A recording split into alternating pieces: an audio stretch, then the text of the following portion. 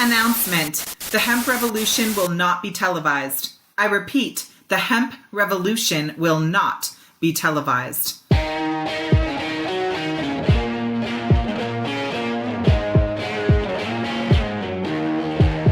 Welcome to the Hemp Revolution podcast, the global hotspot for the buzz and the cannabis.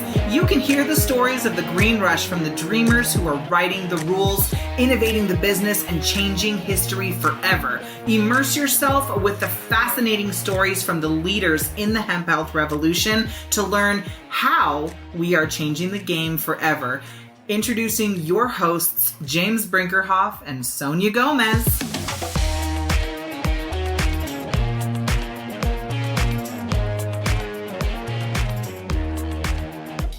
Hello, everybody. Welcome to another rockstar episode of the Hemp Revolution. I'm your host, Sonia Gomez, and we are blazing in live from Denver, Colorado. Today, we are going to be talking to yet another boss babe in the cannabis and hemp movement. Julianna Carella is the embodiment of a successful serial entrepreneur, which, by the way, is not always true. As one of the fearless, focused, driven trailblazers in this industry, she has launched 2 different brands. I'm sure many more has been a part of the launch and growth of that business. I just found out that they were in the media over 100 times just last year alone. And these 2 incredibly successful brands are 2 of the incredible notches that are on her entrepreneurial belt. No one can give the background of these businesses or the journey that this entrepreneur has gone on better than straight from the horse's mouth. So without further ado, give a nice warm welcome to my guest, Miss Julianna Carella. Hey girl, how are you? I'm good. Thank you so much for having me. I'm so excited to have you. Always a pleasure and an honor to share the mic with another boss babe in the industry. This is like overtaken by hairy white men all the time. So having pretty smart girls on the show is awesome. Agreed. Thank you. You're in the Bay Area. You know that's true, girl. Yes, it is. So tell me a little bit about, I want to dive into all of the things, but before we do, tell me a little bit about, or our audience, a little bit about who you are and what you're currently doing in the industry. And then we'll talk about some of the history stuff too. Sure. Well, these days I'm focused on the CBD space for animals and humans. Treatibles has been really busy for us. And so that's been my main focus. And as you probably know, our business has changed a lot over the years. So it's fun to be focused on this. We're a national brand because of it being a CBD from hemp product. So it's been really exciting to grow the brand nationally. And now we're moving into international markets as well. Congratulations. What a big deal. Distribution is a huge challenge for a lot of people that are in the industry, but that's like 3rd tier challenge compared to the other like banking, marketing, advertising, stabilizing your supply chain, like just these everyday things that seem like they should be pretty simple for business owners. Seems like you guys have it figured out well enough that you can infiltrate international distribution. So that's amazing. How did you, what's your background? Like, how did you end up in the CBD movement? Well, we ended up in the CBD movement via the THC movement, actually, because when we started Auntie Dolores in 2008, nobody really knew about CBD. It was all about THC, and we were making products for humans. We had some really interesting THC edible products that became really popular. Auntie Dolores is known for savory edibles. So we were one of the first companies to introduce like healthy and sugar-free edibles into the market here in California. Thank God. And so that was really exciting and a lot of fun. Very different business than what Treatibles has become, because Treatibles is a CBD company and we're using hemp. So it's easier for us to build a national brand just from that alone. So to back up and answer your question a little bit better, in 2008, we didn't know about CBD. It wasn't until about 2010, thanks to, Project CBD and a few other important people and organizations, CBD became more well-known, and we immediately started planting CBD strains up in Mendocino County and actually starting to work with it, starting to develop different products. We started developing the animal products in 2012. and launched Treatibles in 2013. Mind you, when we launched Treatibles in 2013, we were still using cannabis to extract CBD because hemp was not available in that way that it is now. So we moved from cultivating cannabis THC strains to cannabis CBD strains, and now we're cultivating hemp CBD. So it's been a real metamorphosis for our company. Yeah, really amazing transition. My mom owns property out in Upper Lake in Mendocino County, and Saratoga Farms was a family-owned farm of ours. And my husband and his ex-wife, who, by the way, is like top-notch herbalist. She's an absolute incredible healer and creates an amazing little, I call them single batch artisan products, right? So we have an extensive history in creating like personal care products. I cut my teeth as an entrepreneur selling their products, and they quite literally up in Mendocino County and in the Emerald Triangle and such used to grow the aromatic herbs and medicinal herbs, including cannabis and some hemp strains, and would distill them down in this like hand hammered copper distillery, get the essential oils, infuse them with, olive oil from Hopland and all over the place. And so that exact same 18-acre farm is now under my mother's care, and it has a beautiful lavender farm and, gorgeous cannabis plant. It's just such an amazing, magical place. So I have my like 100% stamp seal of approval of product and the farmers that are coming out of there just to see those fully vertical companies that have been able to make the transition with the metamorphosis of the industry has been really amazing to watch, and even more exciting to support now that I'm on this side of the garden. It's a big deal. We came out of Mendocino County to come into Colorado to help write the legislation that would legalize cannabis for a for-profit model here. So it's amazing. It renders me speechless to see how big the transition has been. And it sounds like you have been a part of it since kind of the beginning of time. If you are launching products 2008, 12, 13, like you've been in this space for a long time. Talk to me about the temperature and some of the challenges. This is always like, the hemp revolution is really chock full of challenges. And a lot of the people that come into this space have these visions of grandeur. They think they're going to jump into the new age gold rush. They're going to, strike it rich on their first try. And they're really surprised to find out that you can't run banking or advertising or merchant processing or like all of these different otherwise normal things that you would use to operate a business are inaccessible to us. Those are the only most famous challenges. Talk to me a little bit about your guys' growing pains and what you've had to overcome as a team and as a company and as an entrepreneur. Yeah. Well, yeah, I tell you. Not to send you into PTSD or anything. Oh, well, that's what cannabis is for. I mean, products we make have helped us stay tenacious and, grounded, I guess you could say, because there's certainly been plenty of challenges, and there's definitely been plenty of moments where I've thought to myself, is this really happening? Like, did I really just lose my bank? Did they really just close my bank account? Oh, did I really just find out that we don't have merchant processing? Oh, PayPal just shut us down. And then Shopify just shut down our website just out of the blue. I mean, it's been a succession of incredible challenges since day one. And yet the rewards are so incredible that they still make up for those challenges. So I just want to preface everything I say with that, because, when we start to talk about the challenges in cannabis and hemp, it can get, I don't want to sound like a negative Nelly, right? But it is really challenging. And I think for us specifically, because we moved from cannabis to hemp,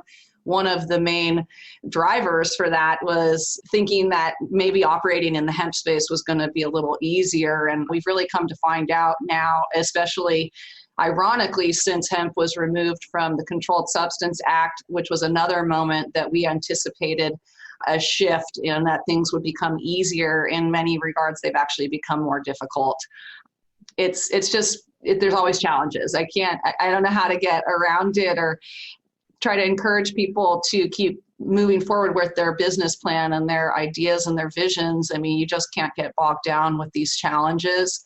And it can be very it can be very tough on the spirit of the staff, to have all these challenges. It's constantly making us reevaluate our intention in this industry and really stay grounded with this concept that we're here to help people and pets. And that is the number one underlying philosophy of this company. And it's the one thing that we always have to turn to and remember when times are hard, and that those rewards truly do outweigh the challenges. But it is something that we have to remind ourselves quite often so that we can just stay positive.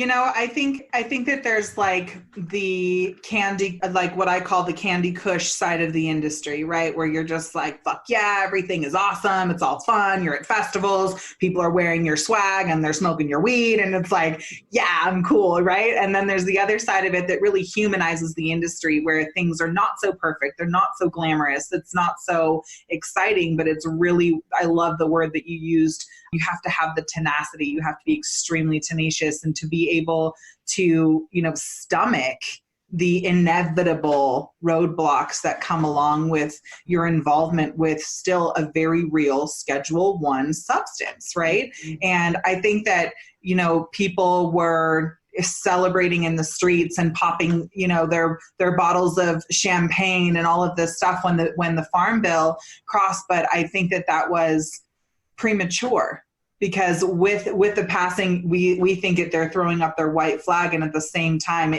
it opens up a huge floodgate for what I'm calling the third tier business owners to come in with big money, a lot of capital, a fucked up mentality of how they're going to overrun the entire, excuse my language, by the way. I'm just I talk like I'm talking to my friends, right? There's so many different media outlets that want to position, use positioning, right? This is this whole fantastic thing. But I think we've been really successful because we can be raw and real about the facts behind the fiction of what we get to see every day. And what we see every day is really glamorous. It's glossy, the advertisements and the hooks and the, the big banners that say join the green. This is all very sexy.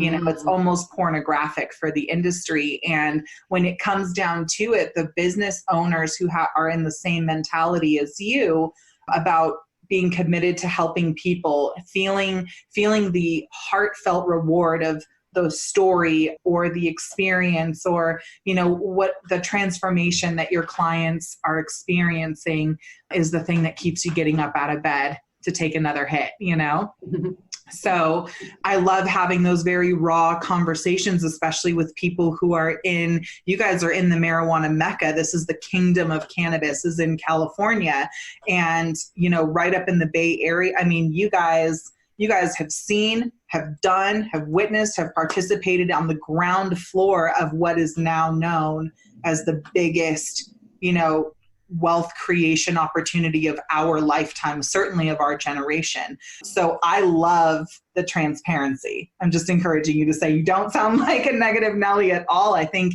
it gives, our listeners, and if you are listening to this, it's important for you to take everything that we say with a grain of salt, understanding that how you do one thing is how you do everything. And in the way that you prepare yourself for success, you must also armor yourself for the inevitable challenges that come on this path. And it is quite literally an opportunity for you to participate and be the change that you want to see in your household, in your community, in the state, in the country, and understanding that you are the pebble that creates the ripple effect. So understanding why you do what you do, what is the why behind your passion, what is your purpose behind your passion, and that will help you get the profitability. So Julianna, talk to me a little bit about your team, your women-owned business. So super cool. Been in the media 100 times, obviously a recognizable brand. What are some of the things that you absolutely love about your business? Well, I love my staff. They're amazing. I mean, every day I just think it's so great, the team that we have and everything that we're able to accomplish working together and just keeping keeping focused on our mission. Everybody on my team is serious animal lovers, and they're all cannabis and hemp enthusiasts. It's hard to find good people. I mean, that's been honestly one of our biggest challenges, is finding good people that have good work ethic and also have that compassion It's a fine balance of personality traits that we look for. And so I feel really lucky that we've found the people that we've found and been able to keep a really nice team here at our company. Nice. I love that. How are you guys, whatever the challenge is for any business is opening up further distribution channels, getting, brand recognition, the advertising and marketing, what's going to be effective, what's going to give you the ROI.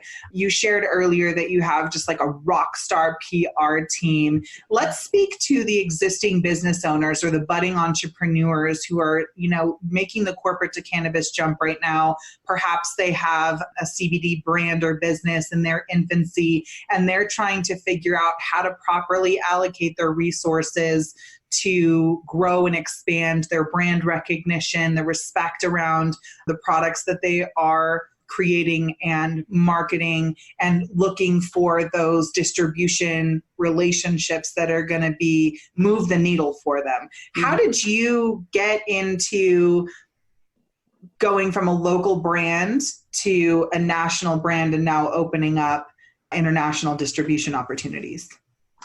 Yeah, it happened all really organically, and it also helped that we were first to market in the pet space. Now there's like over 200 companies that make CBD products for pets. So, we're constantly looking to differentiate ourselves from the other brands out there, and being first in the market. I mean, there was a good 6 to 8 months before any other companies were around. And then it was like another 2 years before there was a lot of companies. So we had quite a bit of time to really establish ourselves in the market and develop those relationships with our customers and develop that brand loyalty and that brand recognition and all of those things that make a brand successful. It's something that we work at every day, every moment of every day.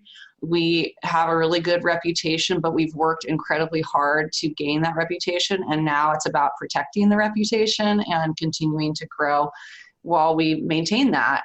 And with regard to, just how we grew Treatibles from a local brand to an international brand, it took a lot of steps that, it was like one step and then the next one came and then the next one, but we couldn't get to step 3 until we finished 1 or 2. And kind of how it all unfolded basically was we started Treatibles when we were still a cannabis company. So our customers were, we had over 850 dispensaries here in California that were carrying our product. Were you guys up in Hopland? Were you up in Hopland? I think you were, because that's where I know your name. We did have some dispensaries up there for sure. I mean, we worked with clubs all the way from Mendocino down to San Diego, actually. And what's interesting now is we are not even able to work with these dispensaries anymore because the BCC has banned hemp products in cannabis dispensaries.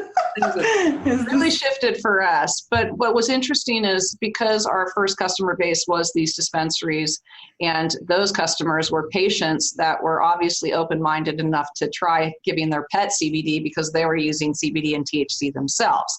So we really grew the brand from our cannabis customer base, ironically. Then after that, what we did is we started to sell online. We were the first company to sell a CBD pet product online. Of course, we faced all the usual challenges that I mentioned. PayPal shut us down. Shopify shut our website down one day. I mean, it was like really, really challenging, but the beauty of it was during that time, we were gaining more and more brand recognition and popularity. And I think our website actually drove the interest to the pet stores. So then the pet stores started picking us up about 3 years ago. And then that took time to gain distribution. We now have 15 different distributors, but of course it took some time to gain one after the other. I mean, we want to sell the product across the country in every single state and beyond. So we need strong distribution channels. And then now, because we're really strong in the pet space, we're also moving into other markets as well, like grocery or perhaps big mass market chain stores. And we're actually moving into those markets with different brands. So the tree of AD Remedies, our parent company, has branched out in so many different directions now. And it's been really exciting to see that growth, but it happened so organically. And I mean, I wish I could say like what the formula was, like how it all unfolded as magically as it did. But when you're in it every day and you have these end goals in mind, I mean, the reality is you don't know how you're going to get to that goal. You just know that you need to get there. And so we've always maintained the philosophy that we need to be adaptive, but we still need to be tenacious. And that's like really a fine line right there. We have to be adaptive because we have to be able to, bob and weave, if you will, with those challenges that come up inevitably. You have to be able to get past them, move around them, figure something else out. Maybe your course changes a little bit, but at the end of the day, your goal is still what it is, and you're going to get there come hell or high water, right? And so that's kind of how we operate. We are tenacious and we're adaptive, and that's it seems to work. I love it. So let me ask you a different question.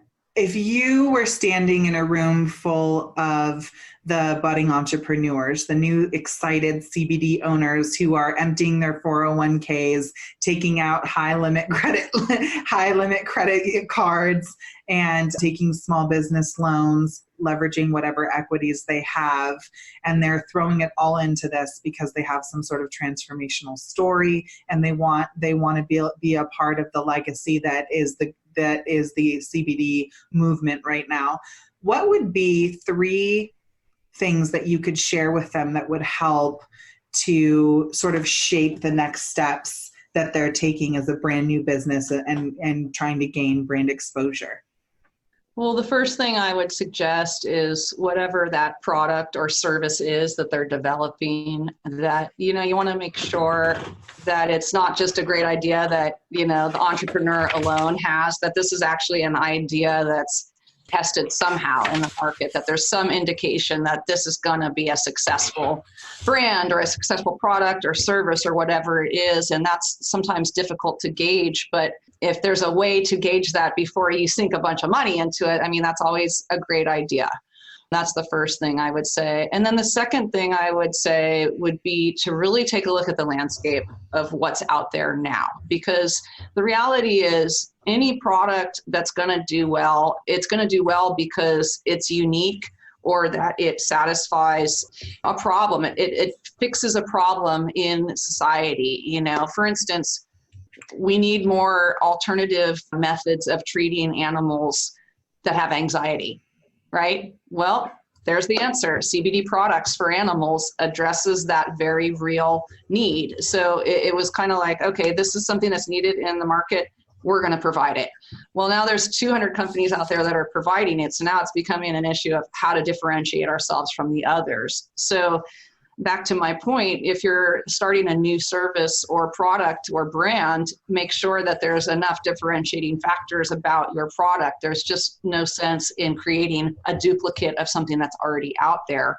And what we see these days is nothing but duplicates. It's just literally, you've got about 5 companies in the pet space right now that are really standout brands, Treatibles being one of them. And then there's 195 brands that are literally doing the same exact thing. They're buying their CBD oil from the same supplier.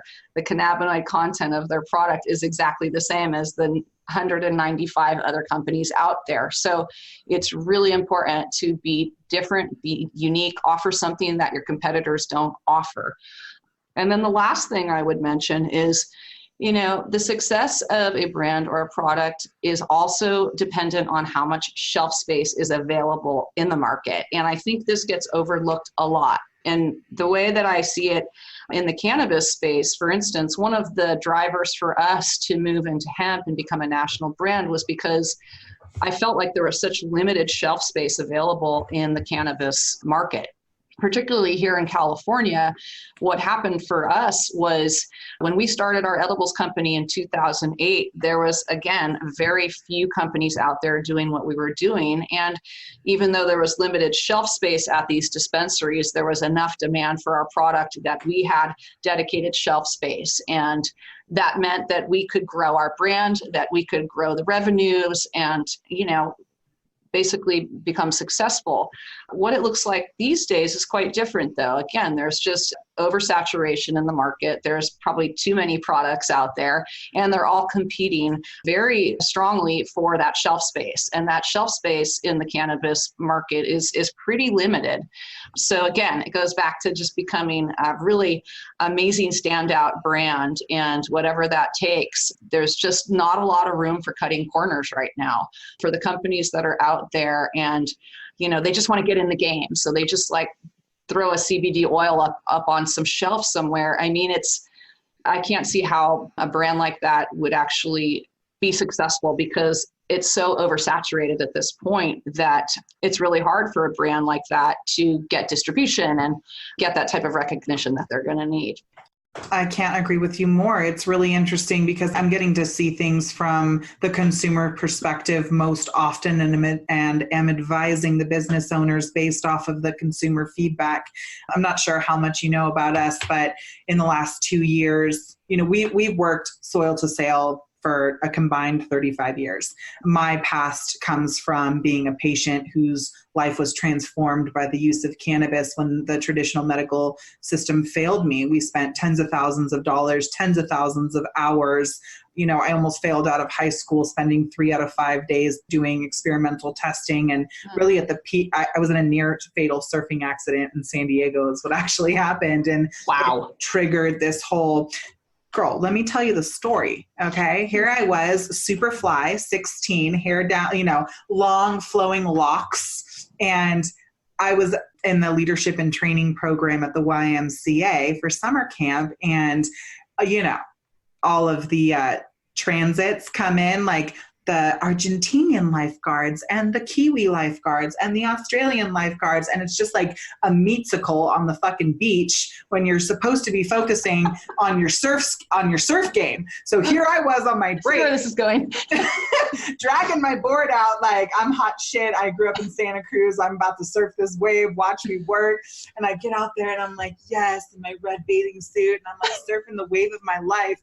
And why did this I swear to God, Ariel got jealous and knocked me off my board because I freaking flew off my board out of nowhere, hit the floor like a ton of bricks, on the ocean floor like a ton of bricks, got caught in the freaking cord, my board shot up the back, like got caught in the undertow. I didn't know which way was up, which way was down. And I'm an experienced ocean swimmer, right? So I was effed. The same lifeguards that I was like, yeah, woohoo, like talk to me later, were the same ones that were dragging me like snot running out of my nose, like coughing, laying on the beach, doing my finger and toe check. I'm like, I'm fine, guys.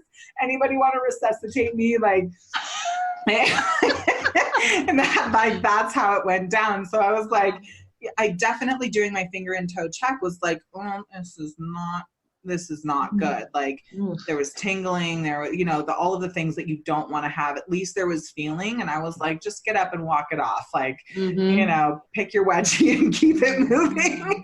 And I was like, this is going to go. It never went away. So years later, at the peak of my illness, I was 100 pounds overweight, 7 medications in, waking up with total sleep paralysis.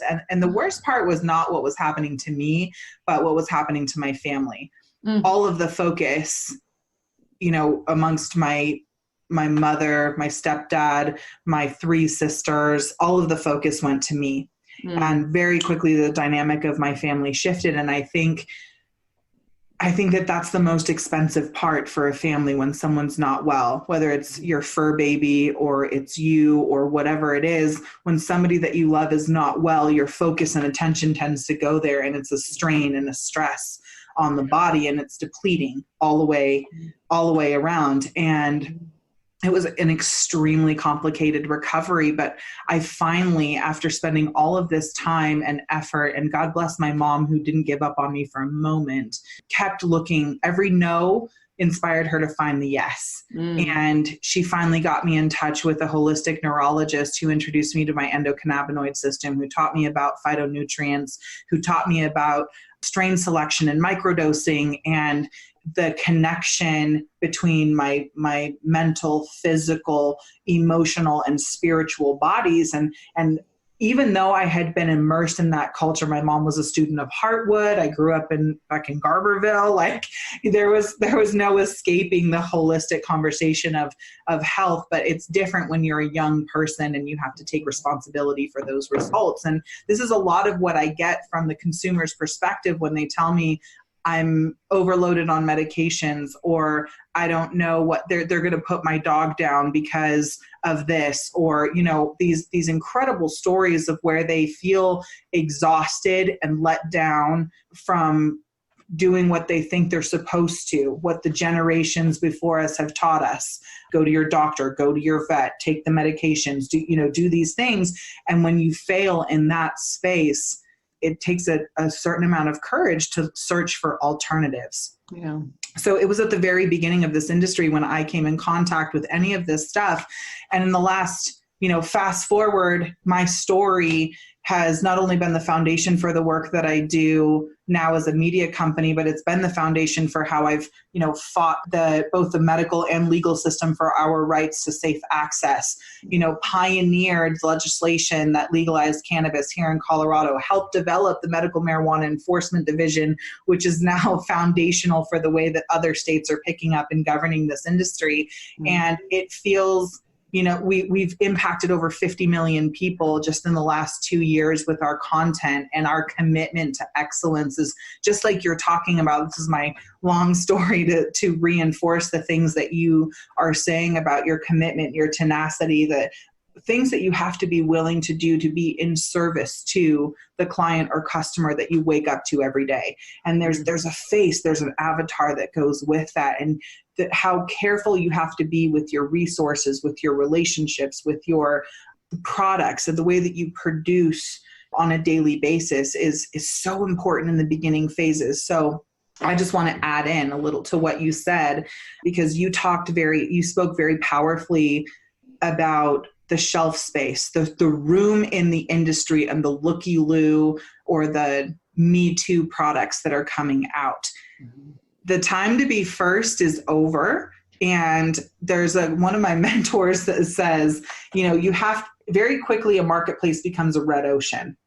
All of the sharks are going for the same fish. Do you agree with that? Oh, 100%. So all of the sharks are going for the same fish. Yeah. The willing participants in the cannabis and hemp movement have been served, okay, in the last few years. Now it's really important for you guys to find, I love that you spoke of this, Julianna, because nobody does. I'm the only one that I've heard talk about, like, pretty soon the conversation's not going to be about what your brand is, but how to make your brand stand out. Yeah. So massive. And I think that you guys are nailing it, because you were in the media 100 times just last year alone.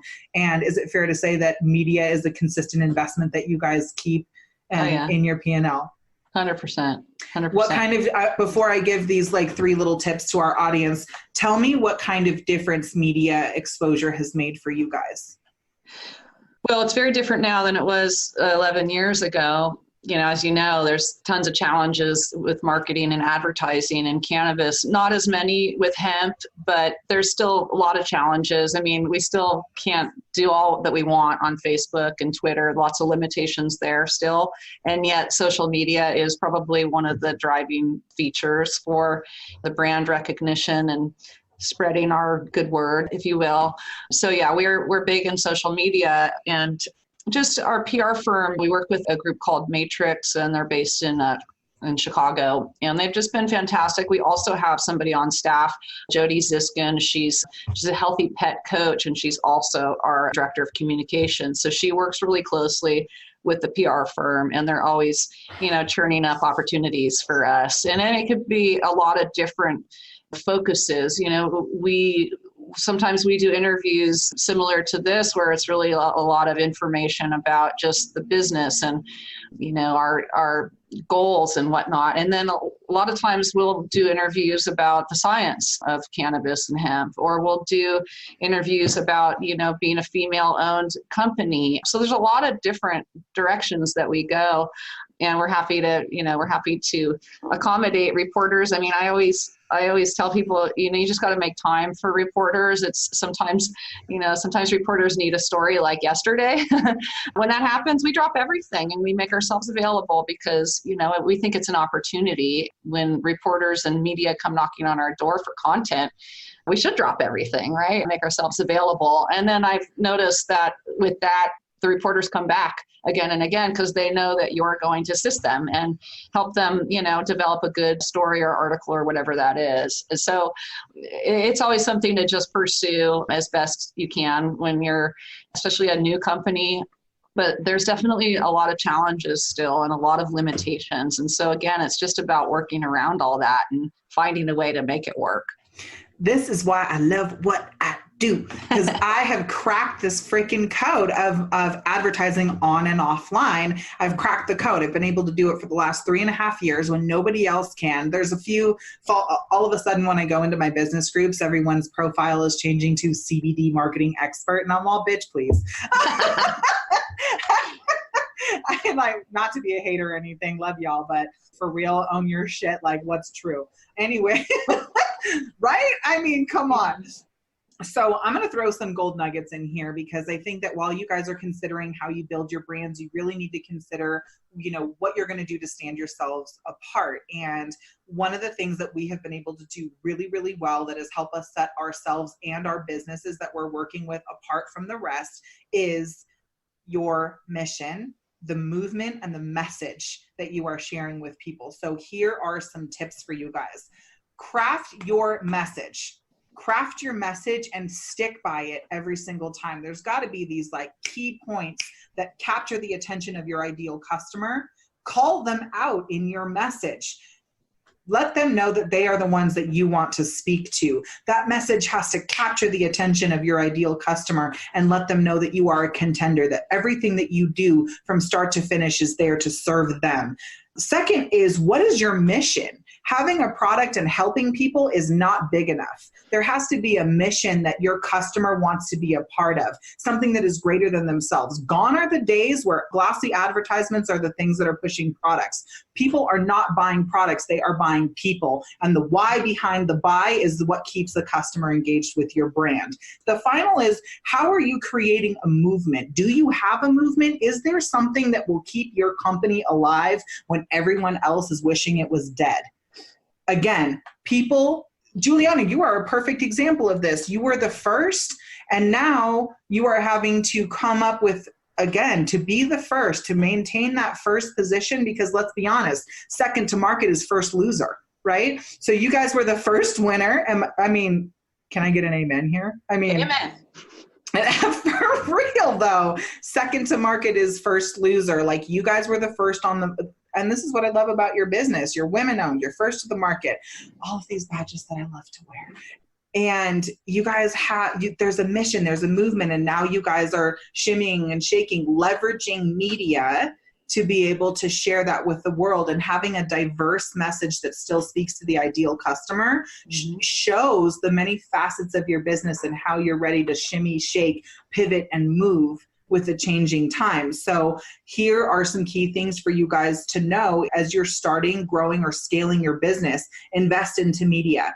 You have to know the value of exposure. If you're not part of the conversation, you better be creating the conversation or find a way to weasel yourself in. If they're not talking about you, you're not relevant, and you're going to die with the rest of the irrelevant brands. Next is leverage the power of influence. If you are part of the conversation, there's a perception of importance. Be as important as your mission. Be as big as the movement itself, and find a way to contribute in a positive manner. Helping people is not it. Get specific. I say go 7 layers deep. If you say you want to help people, answer the question how. Answer the question why, and do it 7 times, because the first one is not it. Making things better, how? Making things better, why? What is that going to do for them? Not for you, but for them. Your income is a direct reflection of the impact that you are making in the world. Next is build your celebrity. Been in the media 100 times just in the last year. If people know who you are, they're more likely to trust you, want to do what you do, have what you have, be what you are. Okay. These are the things that are, and hopefully you're not some schmuck with a freaking wallet, like hopefully you're a change maker. Hopefully you have these things that are built inside of you. And if you don't, if they're not clearly defined, if you can't drop it to me by the time that it takes me to go from floor 1 to 10 on an elevator, you don't have it nailed down yet. I suggest that you dive in real deep, do some heart searching, chakra, ayahuasca, whatever the fuck, to get in touch with your higher purpose and figure it out, because this is the hemp health revolution. We are disrupting one of the biggest industries in the world right now, one of the ones that are absolutely diminishing the power of our communities. Our families are suffering to the opioid crisis right now. We are seeing an overprescription and abuse of the medical system right now. And that's translating across, I don't care if you have 4 legs, 10 legs, 6 legs, 2 legs, it doesn't matter. There is an imbalance. And it's time for us as business owners to help our communities take responsibility for the wellness that we want to have and share for the next generation. That's my spiel. Take it or leave it, or, I'll take it. Spoonful of sugar, baby. Anyways, Julianna, I'm so impressed. I absolutely love your guys' brand. I love your business. I love your story.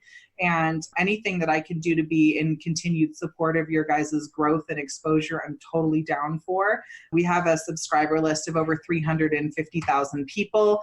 We have 30,000 people a month who are consuming this type of content from us before we run any promotions.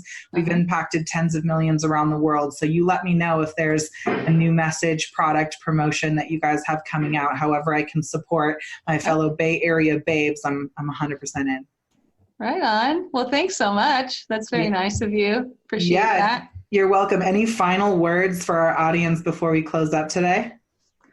No, I really enjoyed talking with you. You're very dynamic and you give a great interview. Thanks. As long as you had fun. I'm over here breaking a sweat. I'm like Tony Robbins or something. But having fun is the main key. And I'm super passionate about this because, quite honestly, it saved my life.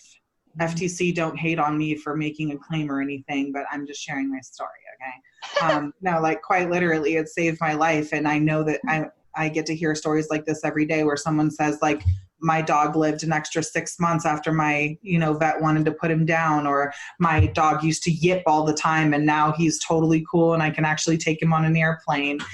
Parents telling me stories about all of these different things that just like pull at my heartstrings every day and keep me committed to the mission. And I'm so grateful for businesses like yours that make my job easy. So appreciate you. Well, thank you so much. I appreciate you too. Great work. Welcome. Thank you. Hey, you guys, thanks for tuning in. I hope you guys enjoyed another episode of the Hemp Revolution. I'm your host, Sonia Gomez. If you want to find out more information about how you can join the Green Rush or succeed while confronted with the many challenges that you are inevitably facing here as a CBD business owner, check us out at theemeraldcircle.com. More episodes can be found on that website. If you're a patient looking for product recommendations or articles and information of how CBD and cannabis can change your life, check us out at medicalsecrets.com, and we'll see you guys on the internet. Ciao for now. Bye. Thank you.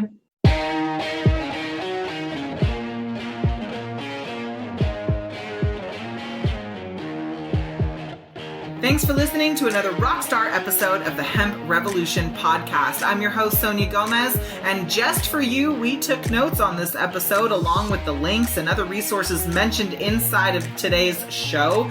Get them for free right now by going to theemeraldcircle.com. Now, if you want more on this, please subscribe to the show on Apple Podcast or wherever you like to listen, and you will be automatically entered in to our monthly monthly giveaway where you can get swag bags, all kinds of cool gifts and discounts from our guests, and exclusive offers that are only mentioned right here in the Hemp Revolution podcast. I can't wait for you to share this with your friends. With your help, we've been able to impact millions of people's lives around the world with the truth about hemp and cannabis. And we know that you love us so much that you're going to leave a review and rate us right now on your favorite platform to absorb content just like this. Now, we challenge you to dream big and love the life that you live. Thanks so much, and we hope to see you on our next episode of the Hemp Revolution podcast. Ciao for now.